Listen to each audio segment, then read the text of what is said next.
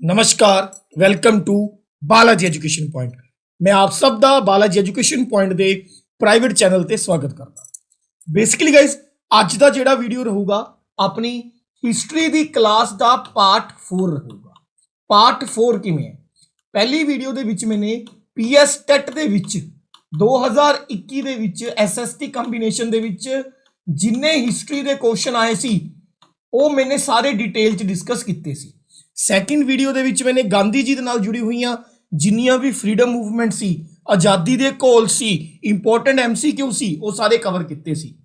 ਤੀਸਰੀ ਕਲਾਸ ਦੇ ਵਿੱਚ ਮੈਨੇ ਪੀਐਸ ਟੈਟ 2020 ਦੇ ਵਿੱਚ ਜਿੰਨੇ ਵੀ ਹਿਸਟਰੀ ਦੇ ਕੁਐਸਚਨ ਆਏ ਸੀ ਉਹ ਸਾਰੇ ਇੱਕ ਥਾਂ ਇਕੱਠੇ ਕਰਕੇ ਉਹਦੇ ਪਹਿਲੇ 8 ਕੁਐਸਚਨ ਕਵਰ ਕੀਤੇ ਸੀ। ਤੇ ਜਿਹੜੀ ਅੱਜ ਦੀ ਵੀਡੀਓ ਹੈ ਯਾਨੀ ਕਿ ਜਿਹੜੀ ਚੌਥੀ ਕਲਾਸ ਹੈ ਉਹ ਪੀਐਸ ਟੈਟ ਦੇ ਜਨਵਰੀ 2020 ਦੇ बचे हुए क्वेश्चनों को कंप्लीट करने वास्ते रहूगी। पहले 8 क्वेश्चन मैं पिछली क्लास च कंप्लीट कर चुकी हूं बच्चों। चलो मूव करते हैं 9वें क्वेश्चन ते 9th क्वेश्चन के उत्ते। जिन्हों ने नहीं देखे डिस्क्रिप्शन दे विच मैं चारों वीडियो के लिंक दे दूंगा, प्लीज उन्होंने देख लियो। 9th क्वेश्चन देखो बच्चों, डायरैक्टली ये क्वेश्चन फ्रीडम मूवमेंट तो है ते बहुत ही वधिया क्वेश्चन है। कहता जी गांधी इरविन पैक्ट कद होया, यानी कि गांधी जी अते इरविन दे विच समझौता कद होया। इरविन कौन है? इरविन एक ब्रिटिश अधिकारी है। जब तुसी मॉडर्न हिस्ट्री पढ़ोगे उस समय का भारत का वाइसरॉय है, उस समय का भारत का की है वाइसरॉय है। ये क्वेश्चन को समझने वास्ते थोनू थोड़ा जा डिटेल च समझना पऊगा, पेशेंस नाल सुनियो। एक चीज हुंदी है जिन्हों बोलते हैं आपां round table conference. Round table conference की हुंदा है? गोल मेज मीटिंग हर साल लंडन दे विच हुंदी सी। गोल मेज मीटिंग हर साल लंडन दे विच हुंदी सी, जिहदे विच एक पासे इंडिया दे वख-वख धड़ियां दे जिन्ने भी लीडर्स ने, कोई हिंदुआं नूं रिप्रजेंट कर रहा है, कोई पूरे भारत नूं रिप्रजेंट कर रहा है, कोई दलितां नूं रिप्रजेंट कर रहा है, माइनॉरिटीज़ नूं रिप्रजेंट कर रहा है, कोई वूमनस नूं, कोई ट्रेड नूं रिप्रजेंट कर रहा है।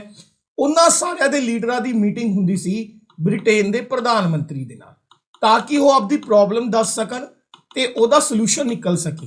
इस तरीके की मीटिंग नूं असीं राउंड टेबल कॉन्फ्रेंस कहने आ, गोल मेज मीटिंग कहने आ। पहला क्वेश्चन कि राउंड टेबल कॉन्फ्रेंस हमेशा हुंदी कित्थे सी? ज़्यादातर लंडन दे विच हुंदी सी। ठीक है जी। किन्नियां होईयां ने? टोटल राउंड टेबल कॉन्फ्रेंस 3 होईयां ने। हुण आ जाओ, जिहड़ी पहली राउंड टेबल कॉन्फ्रेंस है या पहली गोल मेज सम्मेलन है वो 1930 दे विच होया। हुण इहनूं पहला ध्यान नाल डिटेल च पढ़दे आ इस मीटिंग दे विच की होया। इस मीटिंग नूं आईएनसी द्वारा, भारतीय राष्ट्रीय कांग्रेस द्वारा बायकॉट किया गया कि असी इस मीटिंग नूं जिहड़ा है अटेंड नहीं करना, जिस करके यह मीटिंग नूं पोस्टपोन कर दिता गया। किहड़े ईयर च? Next year which. कि जब भारत की सब तो वड्डी पॉलिटिकल पार्टी ने ही पहली गोल मेज मीटिंग दे विच हिस्सा नहीं लिया तो इसका कोई वैल्यू नहीं रह जाता। तो यह मीटिंग है जिहड़ी पोस्टपोन हो गई जनवरी 1931 दे विच।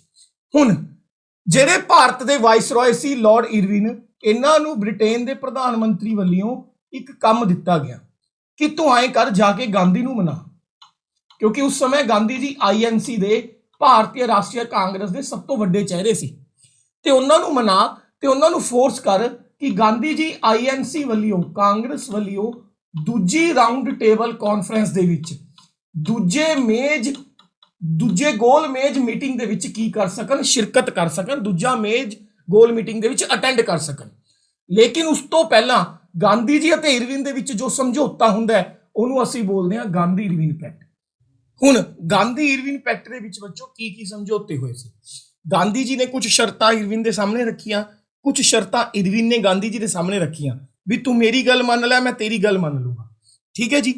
गांधी जी कहते कि भाई मैं सैकेंड राउंड टेबल कॉन्फ्रेंस दे विच आऊँगा, आईएनसी वल्लों हिस्सा लूँगा, बदले दे विच तैनूं मेरियां कुछ गल्लां मन्नियां पैणगियां। पहली गल की सी कि इंडिया दे जिन्ने भी पॉलिटिकल प्रिजनर ने, भारत दे जिन्ने भी राजनीतिक तौर ते तुसी क्रिमिनल बना के बंदियां नूं जेलां च सुट्टिया होया उन्हां सारियां नूं तुसी जेलां चों फ्री करोगे। इरविन ने गल मान ली सी। ते दूसरी गल कि ਜਿਹੜੇ ਇੰਡੀਅਨ ਪੀਪਲ ਨੇ ਇਹਨਾਂ ਦੀ ਪਾਰਟਿਸਿਪੇਸ਼ਨ ਇਨਕਰੀਜ਼ ਕਰੋਗੇ, ਭਾਰਤੀ ਲੋਕਾਂ ਦੀ ਦਾਅਵੇਦਾਰੀ ਜਾਂ ਹਿੱਸੇਦਾਰੀ ਇਨਕਰੀਜ਼ ਹੋਊਗੀ। ਕਿਹਦੇ ਵਿੱਚ? ਇੰਡੀਅਨ ਗਵਰਨਮੈਂਟ ਦੇ ਵਿੱਚ, ਉਸ ਸਮੇਂ ਦੀ ਭਾਰਤ ਸਰਕਾਰ ਦੇ ਵਿੱਚ ਸਾਡੇ ਲੋਕਾਂ ਦੀ ਦਾਅਵੇਦਾਰੀ ਵਧਾਈ ਜਾਊਗੀ। ਜੇ ਪਹਿਲਾਂ 10 ਬੰਦੇ ਰੱਖਦੇ ਹੋ ਭਾਰਤ ਸਰਕਾਰ 'ਚ, ਹੁਣ 20 ਰੱਖੋਗੇ। ਇਹ ਦੋ ਸਮਝੌਤੇ ਗਾਂਧੀ ਜੀ ਨੇ ਇਰਵਿਨ ਦੇ ਸਾਹਮਣੇ ਰੱਖੇ।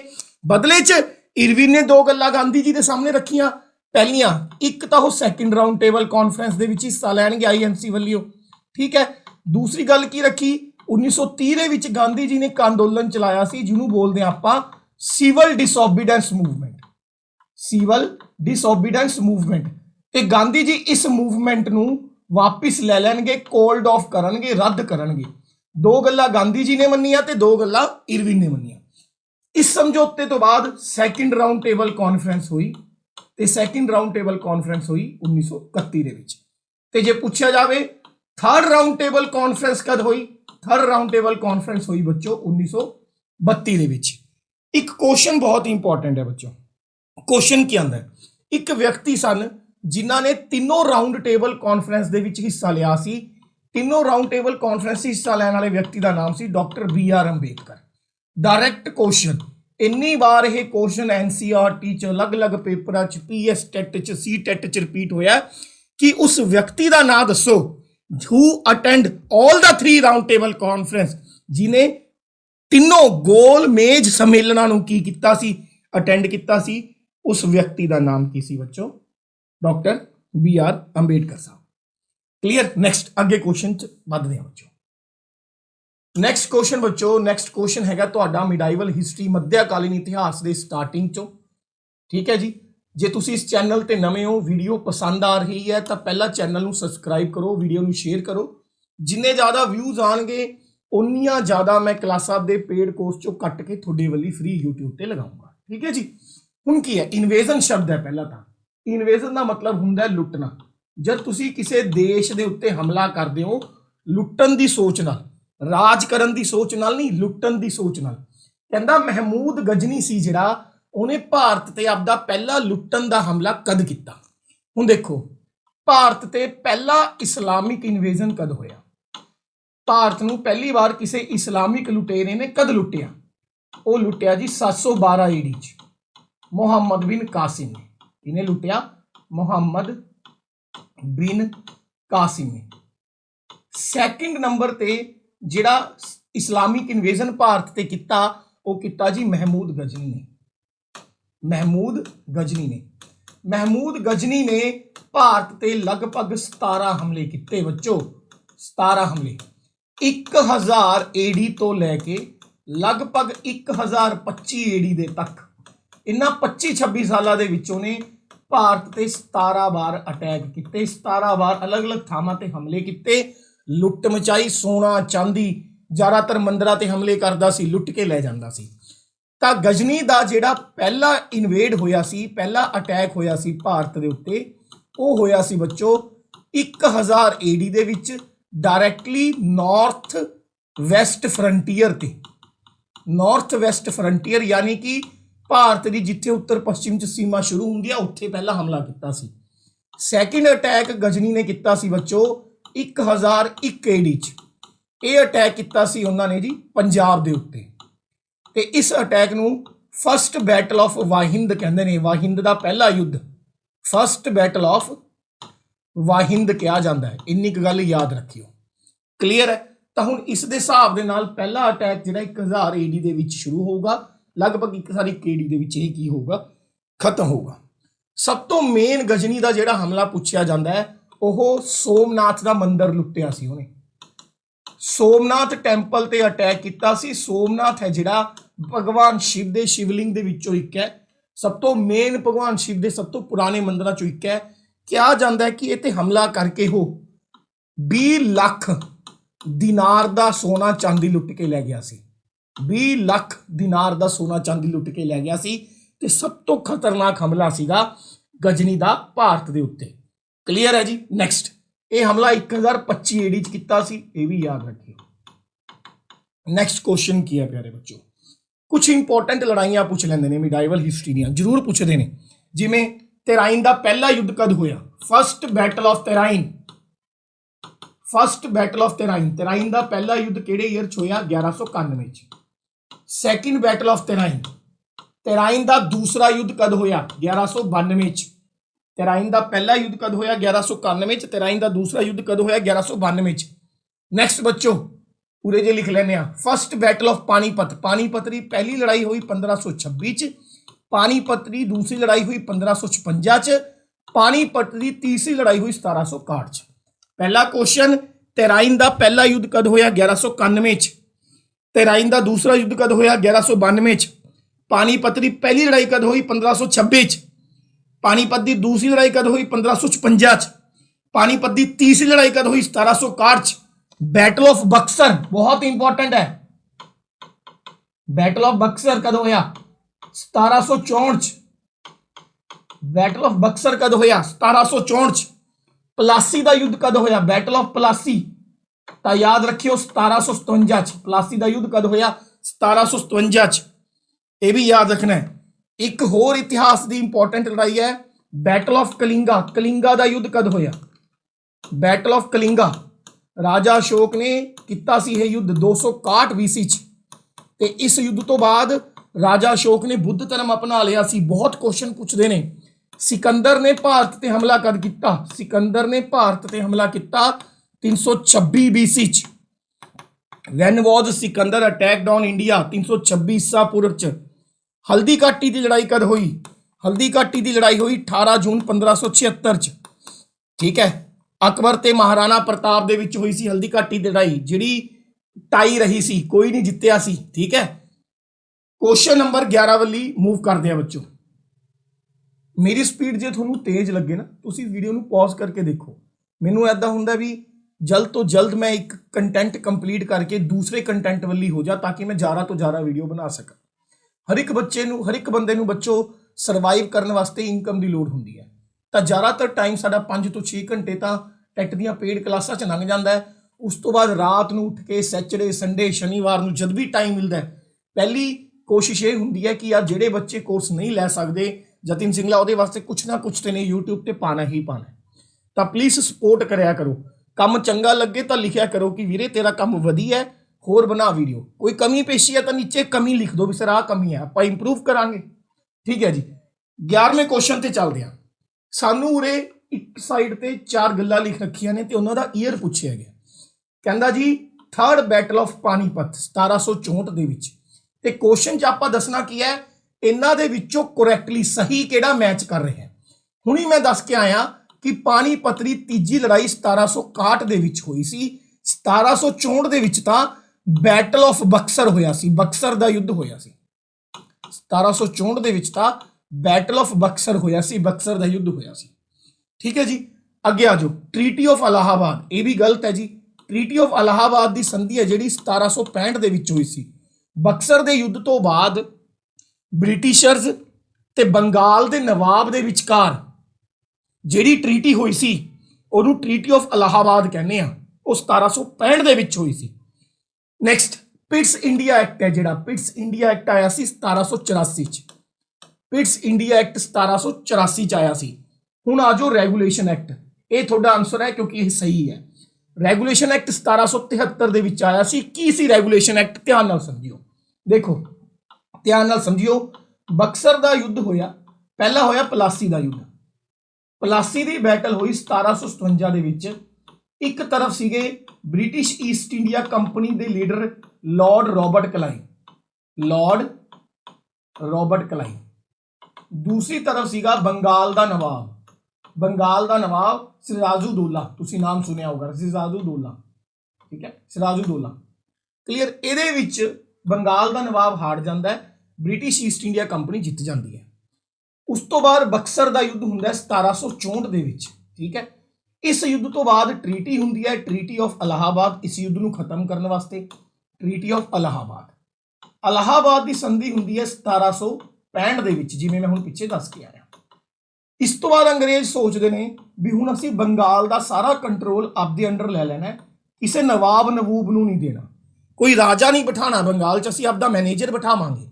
मैनेजर बिठाने का मतलब एक बंदा बिठा देंगे जिहड़ा पूरे बंगाल का काम देखूगा।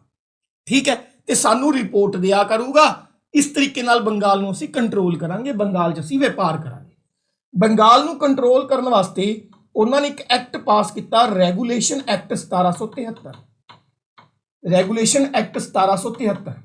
इस एक्ट के तहत बंगाल दे विचों नवाब की पोस्ट नूं खत्म कर दिता गया ते इहदी थां ते आ गया governor general of Bengal. Governor general of Bengal एक मैनेजर होगा ब्रिटिश ईस्ट इंडिया कंपनी का, जिहड़ा उन्हां दे रैफरेंस ते काम करूगा। तो यानी कि रैगूलेशन एक्ट जिहड़ा पास होया सी 1773 च पास होया सी।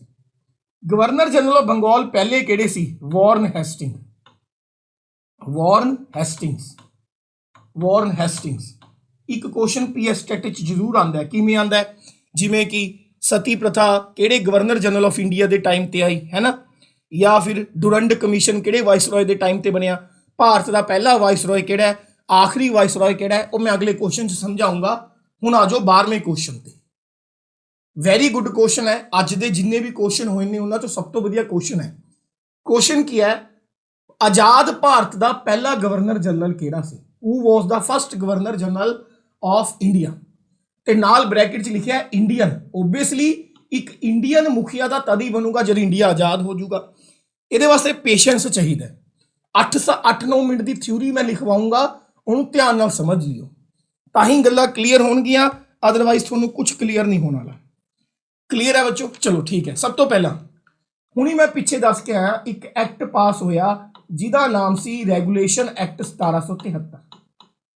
रैगूलेशन एक्ट 1773 ਇਹਦੇ तहत एक पोस्ट बनाई गई जिन्हों बोलते हैं governor general of Bengal, Bharat ਦੇ ਵਿੱਚ ਜਿਹੜਾ कि कला बंगाल का काम देखूगा। ठीक है, यह पोस्ट 1833 तक चली। 1833 च एक नवा कानून आ गया जिन्हों बोलते हैं चार्टर एक्ट 1833। ਇਹਦੇ ਵਿੱਚ ਕੀ ਹੋਇਆ? गवर्नर जनरल ऑफ बंगाल की पोस्ट ਨੂੰ बदल के गवर्नर जनरल ऑफ इंडिया की पोस्ट बना दी गई। यह कानून 1833 तो लैके 1858 तक चलिया। 1858 च एक नवा कानून आया चार्टर एक्ट 1858। Charter act 1858। इस एक्ट के तहत गवर्नर जनरल ऑफ इंडिया की पोस्ट ਨੂੰ बदल दिता गया कि पोस्ट नाल? वाइसरॉय की पोस्ट नाल। यह एक्ट चलिया बच्चों 1947 तक। 1947 ਦੇ ਵਿੱਚ फिर एक नवा कानून आया जिन्हों गवर्नर जनरल ऑफ इंडिया कर दिता गया दोबारा। लेकिन इस बार कंडीशन की सी कि गवर्नर जनरल ऑफ इंडिया जिहड़ा भी व्यक्ति बनूगा वह की होना चाहिए? इंडियन होना चाहिए। इस एक्ट के तहत पहला गवर्नर जनरल ऑफ इंडिया जिहड़ा बनिया सी उन्हां दा नाम सी सी राजगोपाल आचार्य। सी राजगोपाल आचार्य। सी का मतलब है चक्रवर्ती राजगोपाल आचार्य।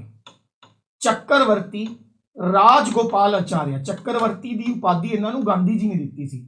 सी राजगोपाल आचार्य आजाद भारत के पहले Indian governor general of India सी। ये क्वेश्चन याद रखियो, डी ऑप्शन थोड़ा आंसर बन जाऊगा। हुण क्वेश्चन की आंदा है? पहला गवर्नर जनरल ऑफ बंगाल किहड़ा सी? Warren Hasting. Warren Hastings. Warren Hasting. ठीक है, ये टाइम पे एशियाटिक सोसाइटी ऑफ बंगाल का निर्माण होया सी। Asiatic society of Bengal. बच्चों देखो, जे तुसी कहो ना भी सारी मॉडर्न हिस्ट्री तुसी कल्ले MCQ चो सीख लोगे, बाई जी नहीं, थ्योरी पढ़नी पैनी है। जिन्हों ने थ्योरी पढ़ी हुई है उन्होंने मेरी हर एक कही हुई गल समझ आऊगी कि सर पॉइंट टू पॉइंट चीज़ां समझा रहे हैं। हुण आ गया governor general of India. Bharat का पहला गवर्नर जनरल ऑफ इंडिया कौन सी? Lord William Bentinck. Lord William Bentinck ये भारत का पहला गवर्नर जनरल ऑफ इंडिया सी। ये टाइम ते ही 1829 ਦੇ ਵਿੱਚ सती प्रथा ਦੇ ਉੱਤੇ बैन लग्या सी। ये टाइम च ही 1835 ਦੇ ਵਿੱਚ मीडियम ऑफ एजुकेशन इंग्लिश बनाया गया सी। शिक्षा का मीडियम है जिहड़ा की सैट किया गया सी? इंग्लिश सैट किया गया सी। ये टाइम ते ही ठग प्रथा, ठग्स नूं इलैमीनेट किया गया सी।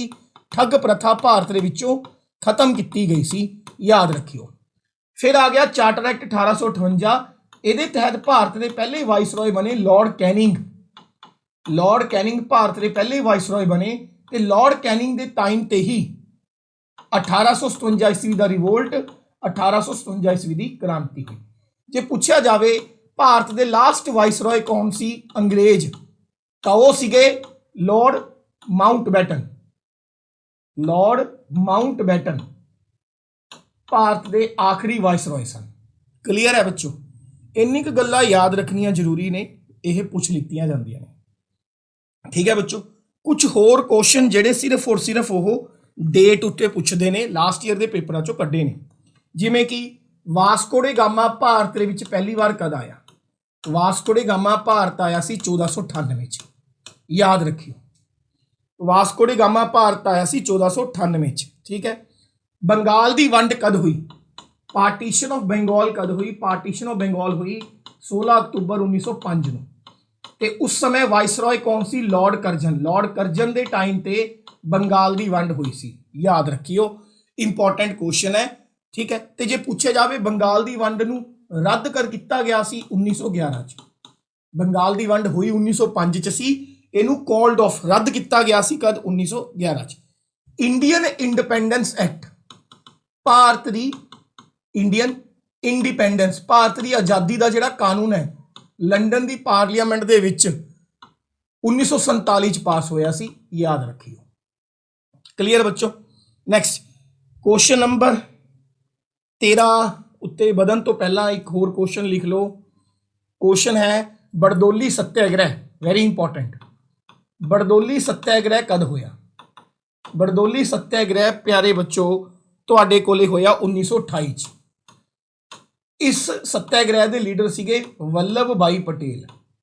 ਵੱਲਭ ਭਾਈ ਪਟੇਲ ਇਸ ਸੱਤਿਆਗ੍ਰਹਿ ਦੇ ਲੀਡਰ ਸਨ ਤੇ ਇसी ਸੱਤਿਆਗ੍ਰਹਿ ਦੀ ਕਾਮਯਾਬੀ ਕਰਕੇ ਵੱਲਭ ਭਾਈ ਪਟੇਲ ਜੀ ਨੂੰ ਸਰਦਾਰ ਦੀ ਉਪਾਧੀ ਦਿੱਤੀ ਗਈ ਸੀ।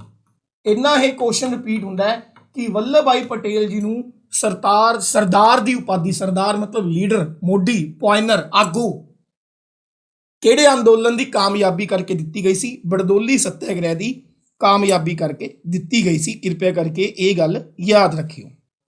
ਕੁਐਸਚਨ ਨੰਬਰ 13 ਵਿੱਚੋਂ ਕਹਿੰਦਾ ਜੀ ਜਿਹੜਾ ਯੂਐਨਓ ਹੈ, ਯੂਐਨਓ ਦਾ ਮਤਲਬ ਕੀ ਹੈ? United nation organisation. United nation organisation यानी कि संयुक्त राष्ट्र बोलते हैं, संयुक्त राष्ट्र। कहता यूएनओ है जिहड़ा ਉਹ ਸਾਰੇ ਹਿਊਮਨਸ ਨੂੰ, ਸਾਰੀ ਮਾਨਵਤਾ ਨੂੰ ਕੀ ਦੇਣਾ ਚਾਹੁੰਦਾ ਹੈ ਜਾਂ ਸਾਰੀ ਮਾਨਵਤਾ ਵਾਸਤੇ ਕੀ ਕਰਨਾ ਚਾਹੁੰਦਾ ਹੈ। ਠੀਕ ਹੈ। ਸਭ ਤੋਂ ਪਹਿਲਾਂ ਤਾਂ ਥੋੜੀ ਜਿਹੀ ਚੀਜ਼ਾਂ ਯੂਐਨਓ ਬਾਰੇ ਪੜ੍ਹ ਲੈਂਦੇ ਹਾਂ। ਯੂਐਨਓ ਬਣਿਆ ਸੀ 24 ਅਕਤੂਬਰ 1945 ਨੂੰ, ਆਫਟਰ ਸੈਕਿੰਡ ਵਰਲਡ ਵਾਰ, ਦੂਸਰੇ ਵਿਸ਼ਵ ਯੁੱਧ ਤੋਂ ਬਾਅਦ ਬਣਿਆ ਸੀ। ਪੂਰੀ ਦੁਨੀਆ ਦੇ ਵਿੱਚ ਸ਼ਾਂਤੀ ਕਾਇਮ ਰੱਖਣ ਵਾਸਤੇ 24 ਅਕਤੂਬਰ 1945 ਨੂੰ, ਇਸ ਲਈ ਹਰ ਸਾਲ 24 ਅਕਤੂਬਰ ਨੂੰ ਅਸੀਂ यूएन डे मनाने, संयुक्त राष्ट्र दिवस मनाने। क्लीयर। यूएनओ का जिहड़ा हैडकुआटर है वो तुहानूं मिलूगा बच्चों न्यूयॉर्क च। न्यूयॉर्क किहड़े देश दे विच है? न्यूयॉर्क हैगा बच्चों अमेरिका दे विच। न्यूयॉर्क कित्थे है? अमेरिका दे विच। नैक्सट क्वेश्चन बच्चों, यूएनओ का स्लोगन है equality of all human being, यानी कि यूएनओ का नारा है इक्वैलिटी। इक्वैलिटी मतलब समानता ऑफ ऑल ह्यूमन बीइंग, सारी मानव रेस वास्ते, सारी मानवता वास्ते इक्वैलिटी, यह इन्हां दा मेन नारा है। तो 13वें का आंसर आ जाऊगा बी ऑप्शन, यानी कि इक्वैलिटी। आई होप इन्नी गल तुहानूं क्लीयर हो गई होगी। होर बहुत सारी ऑर्गेनाइजेशनस ने जिन्हां दा काम साडे तो पुछया जाता है, जिवें कि एक ऑर्गेनाइजेशन है सार्क। सार्क फुल फॉर्म क्या है? South Asian association for regional corporation, for regional corporation, south Asian association for regional corporation. ਇਹਦਾ ਹੈਡਕੁਆਟਰ ਤੁਹਾਨੂੰ ਕਾਠਮਾਂਡੂ ਨੇਪਾਲ ਦੇ ਵਿੱਚ ਮਿਲੂਗਾ। ਕਾਠਮਾਂਡੂ ਨੇਪਾਲ ਦੇ ਵਿੱਚ ਇਹਦਾ ਹੈਡਕੁਆਟਰ ਮਿਲੂਗਾ, ਇਹ ਵੀ ਯਾਦ ਰੱਖਿਓ। ਇੱਕ ਸੰਸਥਾ ਹੈ G20, ਗਰੁੱਪ 20, ਦੁਨੀਆ ਦੀ 20 ਸਭ ਤੋਂ ਵੱਡੀਆਂ ਅਰਥ ਵਿਵਸਥਾਵਾਂ। ਇਹ ਯਾਦ ਕਰ ਲਓ, ਪੱਕਾ ਆਊਗਾ। ਕਿਉਂ ਆਊਗਾ ਅੱਗੇ ਦੱਸੂਗਾ। G20 2022 ਦਾ ਜਿਹੜਾ ਸੰਮੇਲਨ ਹੋਣ ਜਾ ਰਿਹਾ ਹੈ ਉਹ ਹੁਣ ਹੋਣ ਜਾ ਰਿਹਾ ਹੈ ਬਾਲੀ ਇੰਡੋਨੇਸ਼ੀਆ 'ਚ। ਲਗਭਗ ਮੰਨ ਲਓ 15 ਤੋਂ 20 ਨਵੰਬਰ ਦੇ ਵਿਚਕਾਰ ਹੈ ਬਾਲੀ ਇੰਡੋਨੇਸ਼ੀਆ 'ਚ। ਠੀਕ ਹੈ। ਦੁਨੀਆ ਦੀ 20 ਸਭ ਤੋਂ ਵੱਡੀਆਂ ਅਰਥ ਵਿਵਸਥਾਵਾਂ, ਇਹਦੇ ਵਿੱਚ ਇੰਡੀਆ ਵੀ ਹੈਗਾ। ਤੇ G20 2023 ਦਾ ਜਿਹੜਾ ਸੰਮੇਲਨ ਹੋਊਗਾ ਉਹ ਹੋਊਗਾ ਇੰਡੀਆ 'ਚ, ਇੰਡੀਆ ਦੀ ਨਿਊ ਦਿੱਲੀ 'ਚ। ਇਹ ਵੀ ਯਾਦ ਰੱਖਣ ਵਾਲੀ ਗੱਲ ਹੈ। ਇੱਕ ਸੰਸਥਾ ਹੈ ਤੁਹਾਡੇ ਕੋਲੇ world health organization. World health organization ਦਾ ਹੈਡਕੁਆਟਰ ਕਿੱਥੇ ਹੈ? Switzerland Geneva. ਇੱਕ ਸੰਸਥਾ ਹੈ ਤੁਹਾਡੇ ਕੋਲੇ ਵਰਲਡ ਬੈਂਕ, ਵਿਸ਼ਵ ਬੈਂਕ। ਉਹਦਾ ਹੈੱਡਕੁਆਟਰ ਤੁਹਾਡੇ ਕੋਲੇ ਕਿੱਥੇ ਹੈ? ਵਾਸ਼ਿੰਗਟਨ ਡੀਸੀ ਅਮਰੀਕਾ। ਠੀਕ ਹੈ। ਇੱਕ ਸੰਸਥਾ ਹੈ ਤੁਹਾਡੇ ਕੋਲੇ IMF ਇੰਟਰਨੈਸ਼ਨਲ ਮੋਨੇਟਰੀ ਫੰਡ, ਅੰਤਰਰਾਸ਼ਟਰੀ ਮੁਦਰਾ ਕੋਸ਼, ਉਹਦਾ ਹੈੱਡਕੁਆਟਰ ਵੀ ਤੁਹਾਨੂੰ ਅਮਰੀਕਾ ਦੀ ਰਾਜਧਾਨੀ ਵਾਸ਼ਿੰਗਟਨ ਡੀਸੀ ਚ ਮਿਲੂਗਾ।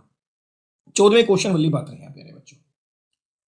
ਕਹਿੰਦਾ ਜੀ which one of the following countries become the bread and basket of the world. ਇਹਨਾਂ ਵਿੱਚੋਂ ਕਿਹੜੀ ਕੰਟਰੀ ਨੂੰ ਪੂਰੀ ਦੁਨੀਆ ਦਾ ਬ੍ਰੈਡ ਐਂਡ ਬਾਸਕਟ ਕਿਹਾ ਜਾਂਦਾ ਹੈ? ਬ੍ਰੈਡ ਐਂਡ ਬਾਸਕਟ ਇੱਕ ਮੁਹਾਵਰਾ ਹੈ ਬੱਚੋ। ਬ੍ਰੈਡ ਐਂਡ ਬਾਸਕਟ ਇੱਕ ਮੁਹਾਵਰਾ ਹੈ ਜਿਹਦਾ ਮਤਲਬ ਹੁੰਦਾ ਹੈ ਜਿਹਦੇ ਸਿਰ ਤੇ ਤੁਹਾਡੀ ਰੋਜੀ ਰੋਟੀ ਚੱਲਦੀ ਹੈ, ਜਿਹਦੇ ਸਿਰ ਤੇ ਤੁਹਾਡੀ ਰੋਜੀ ਰੋਟੀ ਚੱਲਦੀ ਹੈ, ਜਿਹਦੇ ਸਿਰ ਤੇ ਤੁਹਾਡਾ ਰੋਟੀ ਚੱਲਦੀ ਹੈ, ਅਨਾਜ ਚੱਲਦਾ ਹੈ। ਬ੍ਰੈਡ ਐਂਡ ਬਾਸਕਟ ਹੈ ਜਿਹੜਾ ਕਿਸੇ ਟਾਈਮ ਪੰਜਾਬ ਵਾਸਤੇ ਇਸਤੇਮਾਲ ਹੁੰਦਾ ਸੀ। Punjab is known as bread and basket of India. Bharat ਦੀ ਬ੍ਰੈਡ ਐਂਡ ਬਾਸਕਟ ਕਿਹਾ ਜਾਂਦਾ ਸੀ। ਕਿਹਨੂੰ? ਪੰਜਾਬ ਨੂੰ। ਹੁਣ ਇਹ ਜਿਹੜਾ ਕੁਐਸਚਨ ਹੈ ਮੇਰੇ ਅਕੋਰਡਿੰਗ ਰੋਂਗ ਹੈ। ਬੁੱਕ ਦੇ ਵਿੱਚ ਵੀ ਇਹਦੇ ਗ੍ਰੇਸ ਨੰਬਰ ਮਿਲੇ ਹੋਏ ਸੀ ਕਿਉਂਕਿ ਹਰ ਸਦੀ ਦੇ ਵਿੱਚ ਬ੍ਰੈਡ ਐਂਡ ਬਾਸਕਟ ਅਲੱਗ-ਅਲੱਗ ਹੁੰਦਾ ਹੈ। 2018 ਤੱਕ ਪੂਰੀ ਦੁਨੀਆ ਦਾ ਬ੍ਰੈਡ ਐਂਡ ਬਾਸਕਟ ਹੈ ਜਿਹੜਾ USA ਨੂੰ ਕਿਹਾ ਜਾਂਦਾ ਸੀ। ਠੀਕ ਹੈ। 2019 ਦੇ ਵਿੱਚ ਪੂਰੀ ਦੁਨੀਆ ਦਾ ਬ੍ਰੈਡ ਐਂਡ ਬਾਸਕਟ ਯੂਰਪ ਨੂੰ ਕਿਹਾ ਗਿਆ। ਠੀਕ ਹੈ। 2021 ਤੱਕ ਆਂਦੇ ਆਂਦੇ ਪੂਰੀ ਦੁਨੀਆ ਦਾ ਬ੍ਰੈਡ ਐਂਡ ਬਾਸਕਟ ਹੈ ਜਿਹੜਾ ਉਹ ਏਸ਼ੀਆ ਬਣ ਗਿਆ ਕਿਉਂਕਿ ਇੰਡੀਆ ਤੇ ਚਾਈਨਾ ਪੂਰੀ ਦੁਨੀਆ ਨੂੰ ਸਭ ਤੋਂ ਜ਼ਿਆਦਾ ਅਨਾਜ ਸਪਲਾਈ ਕਰਨ ਵਾਲੇ ਕੰਟਰੀ ਬਣੇ ਨੇ 2021 ਚ। ਤਾਂ ਹੁਣ ਇਹ ਕੁਐਸਚਨ 2020 ਦੇ ਕਰੀਬ ਦਾ, ਤੁਹਾਨੂੰ ਜੋ ਠੀਕ ਲੱਗਦਾ ਆਂਸਰ ਲਗਾ ਲਓ। ਜ਼ਿਆਦਾ ਤੋਂ ਜ਼ਿਆਦਾ ਇਹ ਅਮਰੀਕਾ ਹੋ ਸਕਦਾ ਹੈ, ਅਦਰਵਾਈਜ਼ ਇਹ ਕੁਐਸਚਨ ਦਾ ਕੋਈ ਮੂੰਹ ਸਿਰ ਇਸ ਟਾਈਮ ਨਹੀਂ ਬਣਦਾ। ਠੀਕ ਹੈ ਬੱਚੋ। ਚਲੋ ਬੱਚੋ ਮੂਵ ਕਰਦੇ ਹਾਂ ਨੈਕਸਟ 15ਵੇਂ ਕੁਐਸਚਨ ਦੇ ਉੱਤੇ। 10th ਕਲਾਸ ਦੇ ਵਿੱਚ ਇੱਕ ਚੈਪਟਰ ਹੈ ਇੰਡਸਟਰੀਲਾਈਜੇਸ਼ਨ, ਉਦਯੋਗੀਕਰਨ। Industrialization during 18th century NCERT ਦਾ ਚੈਪਟਰ ਹੈ। 18ਵੀਂ ਸ਼ਤਾਬਦੀ ਦੇ ਦੌਰਾਨ ਭਾਰਤ ਦੇ ਵਿੱਚ ਤੇ ਦੁਨੀਆ ਦੇ ਵਿੱਚ ਉਦਯੋਗੀਕਰਨ, ਖਾਸ ਕਰ ਯੂਰਪ ਦੇ ਵਿੱਚ ਉਦਯੋਗੀਕਰਨ ਦੀ ਗੱਲ ਦੱਸੀ ਗਈ ਹੈ। ਉਹਦੇ ਵਿੱਚੋਂ ਇਹ ਕੁਐਸਚਨ ਡਾਇਰੈਕਟ ਉਹਦੀ ਬੁੱਕ 'ਚ ਪਿਆ, ਐਵੇਂ ਕਾਪੀ ਪੇਸਟ ਮਾਰਤਾ, ਆਨਸਰ ਵੀ ਚੇਂਜ ਨਹੀਂ ਕੀਤਾ ਉਹਨਾਂ ਨੇ, ਕੁਐਸਚਨ ਵੀ ਚੇਂਜ ਨਹੀਂ ਕੀਤਾ। ਕਹਿੰਦਾ 18ਵੀਂ ਸ਼ਤਾਬਦੀ ਦੇ ਅੰਤ ਦੇ ਵਿੱਚ ਕਿਹੜੀਆਂ ਚੀਜ਼ਾਂ ਇੰਗਲਿਸ਼ ਈਸਟ ਇੰਡੀਆ ਕੰਪਨੀ ਯਾਨੀ ਕਿ ਬ੍ਰਿਟੇਨ ਦੀ ਜਿਹੜੀ ਕੰਪਨੀ ਸੀ ਇੰਗਲਿਸ਼ ਈਸਟ ਇੰਡੀਆ ਕੰਪਨੀ, ਉਹ ਚਾਈਨਾ ਤੋਂ ਲੈ ਕੇ ਆਂਦੀ ਸੀ, ਖਰੀਦਦੀ ਸੀ। ਕਿਹੜੀ ਕਿਹੜੀ ਚੀਜ਼ਾਂ? ਹੁਣ ਮੇਰੀ ਗੱਲ ਧਿਆਨ ਨਾਲ ਸਮਝਿਓ। ਜਿਹੜੀ ਬ੍ਰਿਟਿਸ਼ ਈਸਟ ਇੰਡੀਆ ਕੰਪਨੀ ਸੀ ਉਹ ਚਾਈਨਾ ਤੋਂ ਬੇਸਿਕਲੀ ਦੋ ਤਰੀਕੇ ਦੀਆਂ ਚੀਜ਼ਾਂ ਖਰੀਦਦੀ ਸੀ। ਇੱਕ ਖਰੀਦੀ ਸੀ ਟੀ ਯਾਨੀ ਕਿ ਚਾਹ, ਇੱਕ ਖਰੀਦਦੀ ਸੀ ਤੁਹਾਡੇ ਕੋਲੇ ਸਿਲਕ ਯਾਨੀ ਕਿ ਧਾਗਾ ਜਾਂ ਸਿਲਕ ਦਾ ਕੱਪੜਾ ਸ਼ੁਰੂ ਦੇ ਵਿੱਚ। ਠੀਕ ਹੈ। ਜਦੋਂ ਉਹ ਚਾਈਨਾ ਤੋਂ ਇਹ ਚੀਜ਼ਾਂ ਖਰੀਦਦੇ ਸੀ, ਹੌਲੀ ਹੌਲੀ ਉਹਨਾਂ ਨੂੰ ਇਸ ਗੱਲ ਦਾ ਅਹਿਸਾਸ ਹੋਇਆ ਵੀ ਅਸੀਂ ਤਾਂ ਚਾਈਨਾ ਤੋਂ ਇਹ ਚੀਜ਼ਾਂ ਖਰੀਦ ਰਹੇ ਹਾਂ, ਚਾਈਨਾ ਸਾਡੇ ਤੋਂ ਕੁਝ ਨਹੀਂ ਖਰੀਦ ਰਿਹਾ, ਜਿਹਦੇ ਕਰਕੇ ਸਾਡੀ ਜਿਹੜੀ ਇਕਨੋਮੀ ਹੈ, ਅਰਥ ਵਿਵਸਥਾ ਹੈ, ਉਹ ਇੰਬੈਲੈਂਸ ਹੋ ਰਹੀ ਹੈ। ਇੰਬੈਲੈਂਸ ਮਤਲਬ ਅਸੀਂ ਤਾਂ ਚਾਈਨਾ ਤੋਂ ਮਾਲ ਖਰੀਦ ਰਹੇ ਹਾਂ, ਚਾਈਨਾ ਸਾਡੇ ਤੋਂ ਕੁਝ ਨਹੀਂ ਖਰੀਦਦਾ, ਜਿਹਦੇ ਕਰਕੇ ਸਾਡਾ ਪੈਸਾ ਤਾਂ ਉੱਧਰ ਜਾ ਰਿਹਾ ਹੈ, ਉਹਨਾਂ ਦਾ ਕੁਝ ਸਾਡੇ ਕੋਲ ਨਹੀਂ ਆ ਰਿਹਾ। ਉਹਨਾਂ ਨੇ ਬਾਅਦ ਚੋਂ ਰਿਅਲਾਈਜ਼ ਕੀਤਾ, ਉਹਨਾਂ ਨੂੰ ਪਤਾ ਚੱਲਾ ਕਿ ਜਿਹੜੇ ਚਾਈਨਾ ਦੇ ਲੋਕ ਨੇ 18ਵੀਂ ਸ਼ਤਾਬਦੀ ਦੇ ਅੰਤ ਦੇ ਵਿੱਚ ਬਹੁਤ ਜ਼ਿਆਦਾ ਓਪੀਅਮ ਦਾ ਨਸ਼ਾ ਕਰਦੇ ਸੀ। ਓਪੀਅਮ ਕੀ ਹੁੰਦਾ ਹੈ? ਅਫੀਮ ਦਾ ਨਸ਼ਾ। ਓਪੀਅਮ ਜਿਹੜੇ ਸੀ ਉਹਦੇ ਐਡਿਕਟਡ ਸੀ। ਤਾਂ ਉਹਨਾਂ ਨੇ ਇੰਡੀਅਨਸ ਫਾਰਮਰਸ ਨੂੰ ਜ਼ਬਰਦਸਤੀ ਕੁੱਟ ਮਾਰ ਕੇ ਕਿਹਦੀ ਖੇਤੀ ਸ਼ੁਰੂ ਕਰਵਾਈ? ਓਪੀਅਮ ਦੀ, ਅਫੀਮ ਦੀ। ਕਿਉਂ? ਪੂਰੋ ਭਾਰਤ ਦੇ ਕਿਸਾਨਾਂ ਤੋਂ ਜ਼ਬਰਦਸਤੀ ਸਸਤੇ ਰੇਟ 'ਚ ਅਫੀਮ ਲੈ ਜਾਂਦੇ, ਮਹਿੰਗੇ ਰੇਟ 'ਚ ਵੇਚਦੇ ਕਿਹਦੇ ਕੋਲੋਂ? ਕਿਹਨੂੰ? ਚਾਈਨਾ ਨੂੰ। ਕਿਉਂਕਿ ਚਾਈਨਾ ਦੇ ਲੋਕ ਅਫੀਮ ਖਾਣ ਦੇ ਬੜੇ ਸ਼ੌਕੀਨ ਸੀਗੇ ਉਸ ਸਮੇਂ, ਤੇ ਚਾਈਨਾ ਤੋਂ ਬਦਲੇ 'ਚ ਲੈ ਲੈਂਦੇ ਕੀ? ਚਾਹ ਅਤੇ ਸਿਲਕ, ਤਾਂ ਕਿ ਉਹਨਾਂ ਦੀ ਜਿਹੜੀ ਇਕਨੋਮੀ ਇੰਬੈਲੈਂਸ ਸੀ ਉਹ ਦੁਬਾਰਾ ਬੈਲੈਂਸ ਹੋ ਸਕੇ, ਵੀ ਜਿੰਨੇ ਕਰੋੜ ਦਾ ਕੁਝ ਖਰੀਦਿਆ ਉਹਨੇ ਕਰੋੜ ਦਾ ਕੀ ਕਰ ਸਕੇ? ਕੁਝ ਵੇਚ ਸਕੀਏ। ਤਾਂ 15ਵੇਂ ਦਾ ਆਨਸਰ ਆਊਗਾ ਏ, ਟੀ ਐਂਡ ਸਿਲਕ। ਬਹੁਤ ਸਾਰੀ ਚੀਜ਼ਾਂ ਉਹਨਾਂ ਨੇ ਭਾਰਤ ਦੇ ਕਿਸਾਨਾਂ ਤੋਂ ਜ਼ਬਰਦਸਤੀ ਕਰਵਾਈਆਂ, ਜਿਵੇਂ ਜੂਟ, ਜਿਹਨੂੰ ਤੁਸੀਂ ਪਰਸਨ ਕਹਿੰਦੇ ਹੋ, ਸਾਡੇ ਇੱਧਰ ਸੇਬਾ ਕਹਿੰਦੇ ਨੇ, ਜਿਹਦੀ ਬੋਰੀ ਬਣੀ ਹੁੰਦੀ ਹੈ ਨਾ। ਪਰਸਨ ਦੀ ਖੇਤੀ ਜ਼ਬਰਦਸਤੀ ਕਰਵਾਉਂਦੇ ਸੀ ਅੰਗਰੇਜ਼ ਬੰਗਾਲ ਦੇ ਕਿਸਾਨਾਂ ਤੋਂ। ਨੈਕਸਟ ਆ ਜਾਓ ਸ਼ੂਗਰ ਕੇਨ, ਗੰਨੇ ਦੀ ਖੇਤੀ ਜ਼ਬਰਦਸਤੀ ਕਰਵਾਉਂਦੇ ਸੀ ਯੂਪੀ ਦੇ ਕਿਸਾਨਾਂ ਤੋਂ ਤਾਂ ਕਿ ਬਾਹਰ ਵੇਚ ਸਕਣ। ਵੀਟ, ਗੇਹੂੰ ਦੀ ਖੇਤੀ ਜ਼ਬਰਦਸਤੀ ਕਰਵਾਉਂਦੇ ਸੀ ਪੰਜਾਬ ਦੇ ਕਿਸਾਨਾਂ ਤੋਂ। ਨੈਕਸਟ ਕੋਟਨ ਮਤਲਬ ਕਪਾਹ, ਨਰਮਾ। ਕੋਟਨ ਦੀ ਖੇਤੀ ਕਰਵਾਉਂਦੇ ਸੀ ਮਹਾਰਾਸ਼ਟਰ ਦੇ ਕਿਸਾਨਾਂ ਤੋਂ ਜ਼ਬਰਦਸਤੀ। ਠੀਕ ਹੈ। ਤੇ ਲਾਸਟ ਰਾਈਸ ਮਤਲਬ ਚਾਵਲ ਦੀ ਖੇਤੀ ਕਰਵਾਉਂਦੇ ਸੀ ਜ਼ਬਰਦਸਤੀ ਮਦਰਾਸ ਦੇ ਕਿਸਾਨਾਂ ਤੋਂ। ਮਦਰਾਸ ਜਿਹਨੂੰ ਅੱਜ ਕੱਲ ਤੁਸੀਂ ਚੇਨਈ ਵੀ ਕਹਿੰਦੇ ਹੋ, ਤਾਮਿਲਨਾਡੂ ਦੀ ਰਾਜਧਾਨੀ ਹੈ। ਇਸ ਤਰੀਕੇ ਦੇ ਨਾਲ ਆਹ ਜਿਹੜਾ ਪੂਰਾ ਸਿਸਟਮ ਹੈ ਕਿ ਇਧਰੋਂ ਭਾਰਤ ਦੇ ਲੋਕਾਂ ਤੋਂ ਜ਼ਬਰਦਸਤੀ ਉਹ ਚੀਜ਼ਾਂ ਦੀ ਖੇਤੀ ਕਰਵਾ ਲੈਣੀ ਜਿਹੜੀ ਚਾਈਨਾ ਦੇ ਲੋਕਾਂ ਨੂੰ ਜ਼ਰੂਰਤ ਹੈ ਤੇ ਉਹਨਾਂ ਨੂੰ ਵੇਚ ਦੇਣੀ, ਉਧਰੋਂ ਮਾਲ ਚੱਕ ਕੇ ਬ੍ਰਿਟੇਨ ਲੈ ਜਾਣਾ, ਹੈ ਨਾ। ਇੰਡੀਆ ਦੇ ਕਿਸਾਨਾਂ ਤੋਂ ਜ਼ਬਰਦਸਤੀ ਸਸਤੇ ਰੇਟ 'ਚ ਲੈਣਾ, ਚਾਈਨਾ ਦੇ ਕਿਸਾਨਾਂ ਨੂੰ ਦੇਣਾ, ਚਾਈਨਾ ਦੇ ਲੋਕਾਂ ਨੂੰ ਦੇਣਾ, ਉੱਥੋਂ ਚਾਈਨਾ ਦੇ ਕਿਸਾਨਾਂ ਤੋਂ ਕੋਈ ਸਮਾਨ ਚੱਕਣਾ, ਉਹਨੂੰ ਜਾ ਕੇ ਯੂਰਪ 'ਚ ਹਾਈ ਰੇਟ ਤੇ ਵੇਚ ਦੇਣਾ। ਇਹ ਇਸ ਕੰਪਨੀ ਦਾ ਪੂਰਾ ਇੱਕ ਤਰੀਕੇ ਦੇ ਨਾਲ ਸਿਸਟਮ ਸੀ। ਇਹਨੂੰ ਬੋਲਦੇ ਨੇ ਚਾਈਨਾ ਟ੍ਰੇਡ। ਇਸ ਪੂਰੇ ਸਿਸਟਮ ਨੂੰ ਕਿਹਾ ਜਾਂਦਾ ਸੀ ਚਾਈਨਾ ਟ੍ਰੇਡ, ਠੀਕ ਹੈ। 10ਵੀਂ ਕਲਾਸ ਦੀ ਜਿਹੜੀ ਬੁੱਕ ਹੈ industrialisation during the 18th century, ਉਹਦਾ ਟੌਪਿਕ ਦਾ ਨਾਮ ਹੀ ਹੈ ਚਾਈਨਾ ਟ੍ਰੇਡ। ਉਹਨੂੰ ਜ਼ਰੂਰ ਦੇਖਿਓ, ਇੰਪੋਰਟੈਂਟ ਹੈ। ਇਹਦੇ ਵਿੱਚੋਂ ਹੀ ਤੁਹਾਡੇ ਤੋਂ ਕੁਐਸਚਨ ਪੁੱਛਿਆ ਗਿਆ ਕਿਸੇ ਹੋਰ ਪੇਪਰ 'ਚ ਕਿ ਭਾਰਤ ਦੀ ਜਿਹੜੀ ਪਹਿਲੀ ਕਾਟਨ ਮਿਲ ਸੀ, ਠੀਕ ਹੈ, ਕਾਟਨ ਮਿਲ ਮਤਲਬ ਜਿਹ 'ਚ ਕਾਟਨ ਦਾ ਧਾਗਾ ਬਣਦਾ ਸੀ, ਉਹ ਕਿਹਨੇ ਲਗਾਈ ਸੀ? ਉਸ ਵਿਅਕਤੀ ਦਾ ਨਾਮ ਸੀ ਰਿਚਰਡ RICHAD, ਰਿਚਰਡ ਆਰਕਰਾਈਟ। ਰਿਚਰਡ ਆਰਕਰਾਈਟ ਨੇ ਲਗਾਈ ਸੀ ਕਿੱਥੇ? ਬੰਬੇ 'ਚ, ਯਾਦ ਰੱਖਿਓ। PSTET 2016 'ਚ ਸ਼ਾਇਦ ਪੁੱਛਿਆ ਗਿਆ ਤੁਹਾਡੇ ਤੋਂ, ਭਾਰਤ ਦੀ ਪਹਿਲੀ ਇੰਡੀਅਨ ਜੂਟ ਮਿਲ, ਪਟਸਨ ਫੈਕਟਰੀ, ਜੂਟ ਦਾ ਕਾਰਖਾਨਾ, ਪਟਸਨ ਦਾ ਕਾਰਖਾਨਾ, ਸੇਬੇ ਦਾ ਕਾਰਖਾਨਾ ਕਿੱਥੇ ਲੱਗਿਆ ਸੀ? ਇਹ ਸੇਠ ਹੁਕਮ ਚੰਦ ਨੇ ਲਗਵਾਇਆ ਸੀ। ਇਸ ਵਿਅਕਤੀ ਨੇ ਲਗਵਾਇਆ ਸੀ। ਕਿਹਨੇ ਲਗਵਾਇਆ ਸੀ? ਸੇਠ ਹੁਕਮ ਚੰਦ ਨੇ ਲਗਾਇਆ ਸੀ। ਇਹ ਗੱਲ ਵੀ ਯਾਦ ਰੱਖ ਲਿਓ, ਇੰਪੋਰਟੈਂਟ ਕੁਐਸਚਨ ਹੈ, ਠੀਕ ਹੈ ਬੱਚੋ। ਨੈਕਸਟ ਬੱਚੋ, ਪੂਰੀ ਦੁਨੀਆ ਦੇ ਵਿੱਚ ਸਭ ਤੋਂ ਪਹਿਲੀ ਵਾਰ ਕੋਟਨ ਦੀ ਖੇਤੀ ਕਿਹਨੇ ਕੀਤੀ? ਪੂਰੀ ਦੁਨੀਆ 'ਚ IVC, ਇੰਡਸ ਵੈਲੀ ਸਿਵਲਾਈਜੇਸ਼ਨ ਦੇ ਲੋਕਾਂ ਨੇ ਪੂਰੀ ਦੁਨੀਆ 'ਚ ਸਭ ਤੋਂ ਪਹਿਲਾਂ ਕਾਟਨ ਦੀ ਖੇਤੀ ਕੀਤੀ। ਉਸ ਤੋਂ ਪਹਿਲਾਂ ਕਾਟਨ ਪੂਰੀ ਦੁਨੀਆ 'ਚ ਹੁੰਦਾ ਨਹੀਂ ਸੀ, ਯਾਦ ਰੱਖਿਓ। ਨੈਕਸਟ ਕੁਐਸਚਨ ਹੈ ਸ਼੍ਰੋਮਣੀ ਅਕਾਲੀ ਦਲ। ਪੰਜਾਬ ਦੇ ਵਿੱਚ ਇਹ ਬੜਾ ਨੋਨ ਨੇਮ ਹੈ ਨਾ, ਰਾਜਨੀਤਿਕ ਦਲ ਹੈ ਅੱਜ ਕੱਲ੍ਹ। ਤਾਂ ਸ਼੍ਰੋਮਣੀ ਅਕਾਲੀ ਦਲ ਹੈ ਜਿਹੜਾ, ਉਹਦੀ ਸਥਾਪਨਾ ਕਦ ਹੋਈ? ਦੇਖੋ, ਇੰਡੀਆ ਦੀ ਜਿਹੜੀ ਓਲਡੈਸਟ ਪੋਲੀਟੀਕਲ ਪਾਰਟੀ ਹੈ ਉਹਦਾ ਜਨਮ ਹੋਇਆ 28 ਦਸੰਬਰ 1885 ਨੂੰ। ਕਿਹਨੇ ਕੀਤਾ? AO ਹਿਊਮ ਨੇ। ਤੇ ਉਸ ਰਾਜਨੀਤਿਕ ਦਲ ਦਾ ਨਾਮ ਹੈ INC, ਇੰਡੀਅਨ ਨੈਸ਼ਨਲ ਕਾਂਗਰਸ, ਭਾਰਤੀय ਰਾਸ਼ਟਰੀ ਕਾਂਗਰਸ। ਇਹ ਭਾਰਤ ਦਾ ਸਭ ਤੋਂ ਪੁਰਾਣਾ ਰਾਜਨੀਤਿਕ ਦਲ ਹੈ। ਇਸ ਤੋਂ ਬਾਅਦ ਇੰਡੀਆ ਦੀ ਦੂਸਰੀ ਸਭ ਤੋਂ ਪੁਰਾਣੀ ਪਾਰਟੀ ਬਣੀ ਸੀ ਸ਼੍ਰੋਮਣੀ ਅਕਾਲੀ ਦਲ। ਯਾਨੀ ਕਿ ਇਤਿਹਾਸ ਦੇ ਵਿੱਚ INC ਤੋਂ ਬਾਅਦ ਜੇ ਦੂਸਰਾ ਕੋਈ ਰਾਜਨੀਤਿਕ ਦਲ ਦਾ ਜਨਮ ਹੋਇਆ ਤਾਂ ਉਹ ਹੈਗਾ ਸ਼੍ਰੋਮਣੀ ਅਕਾਲੀ ਦਲ। 1920 ਦੇ ਵਿੱਚ ਬਣਿਆ ਸੀ ਤੇ ਇਹਦਾ ਐਕਟ ਯਾਨੀ ਕਿ ਰਜਿਸਟਰਡ ਹੋਈ ਸੀ ਇਹ 1925 ਚ। ਸ਼੍ਰੋਮਣੀ ਅਕਾਲੀ ਦਲ ਦਾ ਐਕਟ 1925 ਚ ਹੈ, ਬਣੀ ਕਿਹੜੇ ਈਅਰ ਚ ਹੈ? 1920 ਦੇ ਵਿੱਚ। ਤਾਂ 16ਵੇਂ ਦਾ ਆਨਸਰ ਆ ਗਿਆ ਤੁਹਾਡੇ ਕੋਲੇ B ਆਪਸ਼ਨ 1920। ਠੀਕ ਹੈ ਬੱਚੋ, ਆਈ ਹੋਪ ਬੱਚੋ ਤੁਹਾਨੂੰ ਵੀਡੀਓ ਪਸੰਦ ਆਈ ਹੋਗੀ। ਵੀਡੀਓ ਦੇ ਡਿਸਕ੍ਰਿਪਸ਼ਨ 'ਚ ਇੱਕ WhatsApp ਗਰੁੱਪ ਦਾ ਲਿੰਕ ਮਿਲੂਗਾ, ਇੱਕ PSTET ਦੇ ਟੈਲੀਗ੍ਰਾਮ ਦਾ ਲਿੰਕ ਮਿਲੂਗਾ, ਉਹਨੂੰ ਜੁਆਇਨ ਕਰ ਲਓ। Thank you so much.